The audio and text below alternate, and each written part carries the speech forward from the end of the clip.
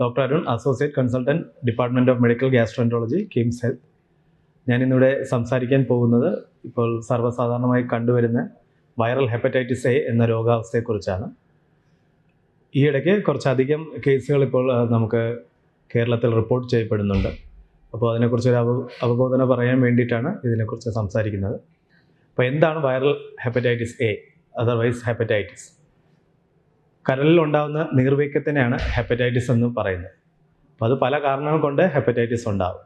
മെയിനായിട്ടുണ്ടാകുന്നത് viruses, hepatitis A, hepatitis B, hepatitis C, hepatitis D, hepatitis C തുടങ്ങിയ virus കൊണ്ട് നമുക്ക് hepatitis ഉണ്ടാവാം. അതല്ലാതെയും വേറെ കാരണങ്ങൾ കൊണ്ടും ഹെപ്പറ്റൈറ്റിസ് ഉണ്ടാകും. ഉദാഹരണത്തിന് ഓട്ടോഇമ്യൂൺ ഹെപ്പറ്റൈറ്റിസ്, വിൽസൺസ് ഡിസീസ് തുടങ്ങിയ അസുഖം.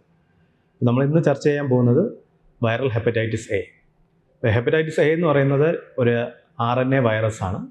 ഇത് കൂടുതൽ കിട്ടുന്നത് ഭക്ഷണത്തിൽ കൂടെ, കണ്ടാമിനേറ്റഡ് ഫുഡ് അല്ലെങ്കിൽ മലിനമായ ജലത്തിൽ കൂടെയാണ് നമുക്കിത് രോഗാണുക്കൾ നമ്മുടെ ശരീരത്തിൽ കയറുന്നത്. മനുഷ്യരിൽ നിന്ന് മനുഷ്യരിലോട്ടും സ്പ്രെഡ് ചെയ്യാം, ഫീക്കോ ഓറൽ റൂട്ട് എന്ന് പറയും. അപ്പോൾ ഈ അണുക്കൾ നമ്മുടെ ശരീരത്തിൽ കയറിക്കഴിഞ്ഞാൽ സാധാരണഗതിയിൽ 15 അല്ലെങ്കിൽ 30 ദിവസം കഴിഞ്ഞിട്ടായിരിക്കും ഈ രോഗലക്ഷണങ്ങൾ കണ്ടു തുടങ്ങും. അപ്പോൾ എന്തൊക്കെയാണ് ഇതിൻ്റെ വൈറൽ ഹെപ്പറ്റൈറ്റിസിൻ്റെ രോഗലക്ഷണം? ആദ്യമായി പനി, ഛർദിൽ, ക്ഷീണം, വിശപ്പില്ലായ്മ, ഇതൊക്കെ ആയിരിക്കും ആദ്യത്തെ രോഗലക്ഷണം.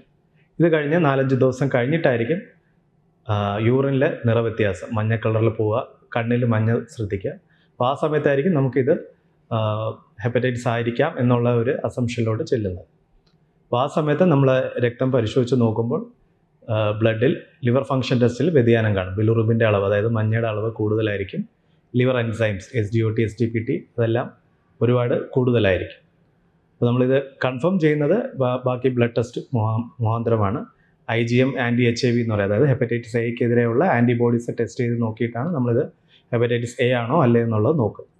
അപ്പോൾ എന്താണ് ഇതിൻ്റെ പ്രത്യേകത എന്ന് വെച്ചാൽ, സാധാരണഗതിയിൽ 99% വൈറൽ ഹെപ്പറ്റൈറ്റിസ് എ പ്രോബ്ലംസ് ഒന്നും ഉണ്ടാക്കത്തില്ല. പക്ഷേ 1-2% ആൾക്കാരിൽ ഇത് ചിലവരിൽ കോംപ്ലിക്കേഷൻസിലോട്ട് പോകാം. നമ്മൾ ഈയിടെ കഴിഞ്ഞ ഒരു 6-7 മാസമായിട്ട് കണ്ടുവരുന്നത് വൈറൽ ഹെപ്പറ്റൈറ്റിസ് എ വന്നു കഴിഞ്ഞാൽ ഒരു 20-30% ആൾക്കാരിലും കിഡ്നിയിലും ഇത് ബാധിക്കുന്നതായിട്ട് കാണുന്നുണ്ട്. സാധാരണഗതിയിൽ വൈറൽ ഹെപ്പറ്റൈറ്റിസ് എ യൂഷ്വലി കരളിനെ മാത്രമേ അഫക്റ്റ് ചെയ്യത്തുള്ളൂ. ഇപ്പോൾ കുറച്ച് കാലങ്ങൾ അതിൽ നോക്കുകയാണെങ്കിൽ ഒരു 20-30% ആൾക്കാരിൽ കിഡ്നി പ്രോബ്ലംസും കാണുന്നുണ്ട്. അതായത് ക്രിയാറ്റിൻ്റെ അളവും കുറച്ച് കൂടുതലായിട്ട് കാണുന്നുണ്ട്. പിന്നെ ഈ ലിവർ ഇഞ്ചുറി എന്ന് പറയും, അതായത് ലിവറിലാണ് നമ്മൾ രക്തം കട്ട പിടിക്കുന്ന പ്രോട്ടീൻ ഫാക്ടേഴ്സ് പ്രൊഡ്യൂസ് ചെയ്യുന്നത്, അതിൻ്റെ അളവിലും വേരിയേഷൻ, അതായത് INR എല്ലാം കൂടുതലായി കാണുന്നുണ്ട്. അപ്പോൾ ഇതെല്ലാം ഇപ്പോൾ കണ്ടുവരുന്ന ഹെപ്പറ്റൈറ്റിസ് എ കുറച്ച് സിവിയർ ആയിട്ടാണ് കാണുന്നത്. അപ്പോൾ വൈറൽ ഹെപ്പറ്റൈറ്റിസ് എ നമുക്ക് തടയാവുന്നതാണ്, കാരണം ഇതിന് സ്പെസിഫിക് ആയിട്ട് നമുക്ക് ട്രീറ്റ്മെൻ്റ് ഒന്നുമില്ല. ഇതൊരു വൈറസാണ്. അപ്പോൾ നമുക്ക് മരുന്നായിട്ട് പ്രത്യേകിച്ച് ഈ വൈറസിനായിട്ട് പ്രത്യേകിച്ച് മരുന്നൊന്നുമില്ല. ബോഡിക്ക് റെസ്റ്റ് കൊടുക്കുക, ക്ഷീണമുണ്ടെങ്കിൽ ഫ്ലൂയിഡ്സ് കൊടുക്കുക, വെള്ളം ധാരാളം കുടിക്കുക, അങ്ങനെയുള്ളൂ. പിന്നെ ബാക്കി ഇതിൻ്റെ എന്തെങ്കിലും കോംപ്ലിക്കേഷൻസ് ഉണ്ടെങ്കിൽ അത് മാനേജ് ചെയ്യും.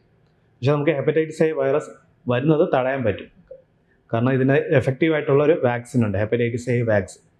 അപ്പോൾ നമ്മുടെ CDCയും WHO എല്ലാം പറയുന്നത് ജനിച്ച് 12 മാസം കഴിഞ്ഞ് കഴിഞ്ഞാൽ നമ്മൾ ഈ ഹെപ്പറ്റൈറ്റിസ് എ വാക്സിൻ എല്ലാവരും നിർബന്ധമായിട്ട് എടുത്തിരിക്കണം. അപ്പോൾ നമ്മൾ ഇപ്പോൾ കുഞ്ഞുനാളിൽ എടുത്തിട്ടില്ല എങ്കിൽ 12 വയസ്സ് കഴിഞ്ഞതിന് ശേഷം 2 ഡോസ്, അതായത് ഇന്നിപ്പോൾ ഒരെണ്ണം എടുത്തു കഴിഞ്ഞാൽ പിന്നെ 6 മാസം, അങ്ങനെ 0-6 months ആണ് അതിൻ്റെ ഡോസ്. 2 ഡോസ് എടുത്തു കഴിഞ്ഞാൽ തന്നെ നമുക്കൊരു അടുത്ത 20-30 വർഷത്തേക്ക് തന്നെ ഫുൾ പ്രൊട്ടക്ഷൻ കിട്ടാവുന്നതാണ്. അപ്പോൾ നമുക്ക് ഈ ഹെപ്പറ്റൈറ്റിസ് എ ഇപ്പോൾ എല്ലാവർക്കും കുഴപ്പമുണ്ടാകത്തില്ല. സാധാരണഗതിയിൽ ചിലപ്പോൾ പ്രായമുള്ളവരിലോ അല്ലെങ്കിൽ വേറെ എന്തെങ്കിലും അസുഖമുള്ളവരിലോ, ചിലപ്പോൾ അസുഖം ഇല്ലാതെ തന്നെയും ഇപ്പോൾ കാണുന്ന ഹെപ്പറ്റൈറ്റിസ് എ കുറച്ച് സിവിയർ ആയിട്ട് കാണുന്നുണ്ട്. അപ്പോൾ ഇതിനെ നമുക്ക് തടയാനായിട്ട് എല്ലാവരും വാക്സിൻ എടുത്തിട്ടുണ്ടോ എന്നുള്ളത് ഉറപ്പ് വരുത്തണം. എടുത്തിട്ടില്ലെങ്കിൽ ഉടൻ തന്നെ അടുത്തുള്ള ആരോഗ്യ സെൻറ്ററിലോ ഹോസ്പിറ്റലിലോ ചെന്നിട്ട് ഹെപ്പറ്റൈറ്റിസ് എയുടെ പ്രതിരോധ കുത്തിവയ്പ്പ് എടുക്കണം. പിന്നെ ഈ കടകളിൽ പോകുമ്പോഴും ശ്രദ്ധിച്ചിട്ട് തിളപ്പിച്ചാറ്റിയ വെള്ളം മാത്രമേ കുടിക്കാവുള്ളൂ, കാരണം ഇത് ഫ്രോസൺ ഫുഡിൽ കൂടെയും ഇത് പകരാം. അതായത് നമ്മൾ ഫ്രീസറിൽ വെച്ചിരിക്കുന്നു എന്ന് പറഞ്ഞിട്ട് നമ്മൾ യൂസ് ചെയ്ത് കഴിഞ്ഞാൽ, കാരണം ഫ്രീസ് ചെയ്തുകൊണ്ട് മാത്രം നമുക്ക് ഹെപ്പറ്റൈറ്റിസ് എ വൈറസ് നശിച്ചു പോകത്തില്ല. അതിനെ ബോയിൽ ചെയ്താൽ മാത്രമേ അത് ഹെപ്പറ്റൈറ്റിസ് എ വൈറസ് നശിച്ചു പോകുള്ളൂ. അപ്പോൾ അതുകൊണ്ട് എല്ലാ പ്രാവശ്യവും വെള്ളം കുടിക്കുമ്പോൾ തിളപ്പിച്ചാറ്റിയ വെള്ളം മാത്രം കുടിക്കാൻ ശ്രദ്ധിക്കുക. വെളിയിൽ നിന്നുള്ള ഈ തണുത്ത വെള്ളമെല്ലാം മാക്സിമമായിട്ട് അവോയ്ഡ് ചെയ്യും. സോ ഹെപ്പറ്റൈറ്റിസ് എ നമുക്ക് തടയാവുന്നതാണ്. ഇതിൻ്റെ വാക്സിൻ എടുക്കുന്ന മൂലവും നമ്മുടെ ഫുഡ് നല്ല രീതിയിലുള്ള ഫ്രൂട്ട്സും വെജിറ്റബിൾസ് എല്ലാം നല്ല രീതിയിൽ കഴുകി അതിൻ്റെ കീടനാശിനികളെല്ലാം പോയതിന് ശേഷം മാത്രം യൂസ് ചെയ്യുക. വെള്ളം അതുപോലെ നല്ല രീതിയിൽ തിളപ്പിച്ചാറ്റി മാത്രം കുടിക്കുക.